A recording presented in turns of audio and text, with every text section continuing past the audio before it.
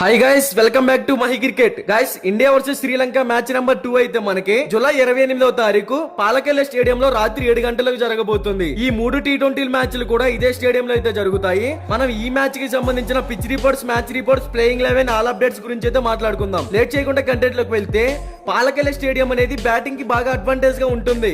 మనం Lanka premier league లో కూడా చూసాం ఆల్రెడీ. ఆల్మోస్ట్ 170+ స్కోర్ బోర్డ్ అయితే ఎక్కువ మ్యాచెస్ లో వచ్చింది. అండ్ కొన్ని మ్యాచెస్ లో 180, 190 వెళ్ళినా కూడా ఈజీగా చేసి విన్ అయ్యారు. అలాగే ఇది నైట్ మ్యాచ్ కాబట్టి కొంచెం డూ ఫ్యాక్టర్ అనేది ఎక్కువగా ఉంటుంది.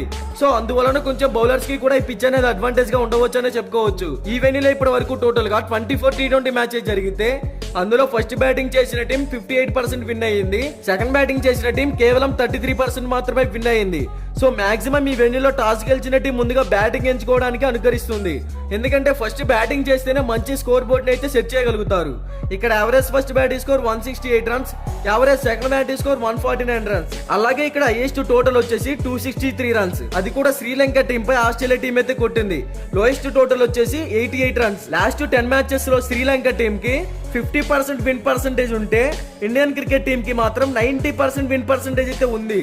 ఇక బోత్ టీమ్స్ కి సంబంధించిన హెడ్ టు హెడ్ గురించి మాట్లాడుకుంటే, ఇప్పటి వరకు ఈ రెండు టీమ్స్ మధ్య టోటల్ గా 29 టీ20 మ్యాచెస్ జరిగితే అందులో Indian cricket team 20 matches win అయ్యింది. శ్రీలంక టీమ్ కేవలం 9 మ్యాచెస్ మాత్రమే విన్ అయ్యింది.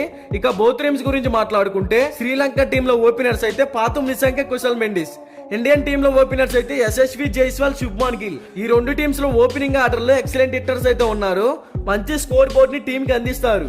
తర్వాత దినేష్ చెండమాల్, కమిందు మెండిస్. ఇండియన్ టీమ్ లో రిషబ్ పంత్, సూర్యకుమార్ యాదవ్. సో వీళ్ళలో చూసుకుంటే ఇండియన్ టీమే కొంచెం స్ట్రాంగ్ గా కనపడుతుంది. ఇక శ్రీలంక టీం మిడిల్ ఆర్డర్ లో చూసుకుంటే Charith Asalanka, Avishka Fernando, Dasun Shanaka, Wanindu Hasaranga. Indian team middle order లో చూసుకుంటే సంజు శాంసన్, హార్దిక్ పాండ్యా, శివం దూబే, అక్షర్ పటేల్. మిడిల్ ఆర్డర్ లో కంపేర్ చేస్తే మటుకి బోత్ టీమ్స్ స్ట్రాంగ్ గానే కనపడుతున్నాయి. కానీ కొంచెం ఇండియాకే ఫేవర్ గా ఉండొచ్చు అని చెప్పుకోవచ్చు. ఇక బౌలింగ్ సైడ్ చూసుకుంటే మహేష్ తీక్షణ, మతీషా పత్రియానా, నువాన్ తుషారా వీళ్ళు కూడా 100% ఎఫర్ట్స్ పెట్టగలుగుతారు. అలాగే ఇండియన్ టీం బౌలర్స్ చూసుకుంటే రవి బిష్నాయ్, మహమ్మద్ సిరాజ్, హర్షదీప్ సింగ్.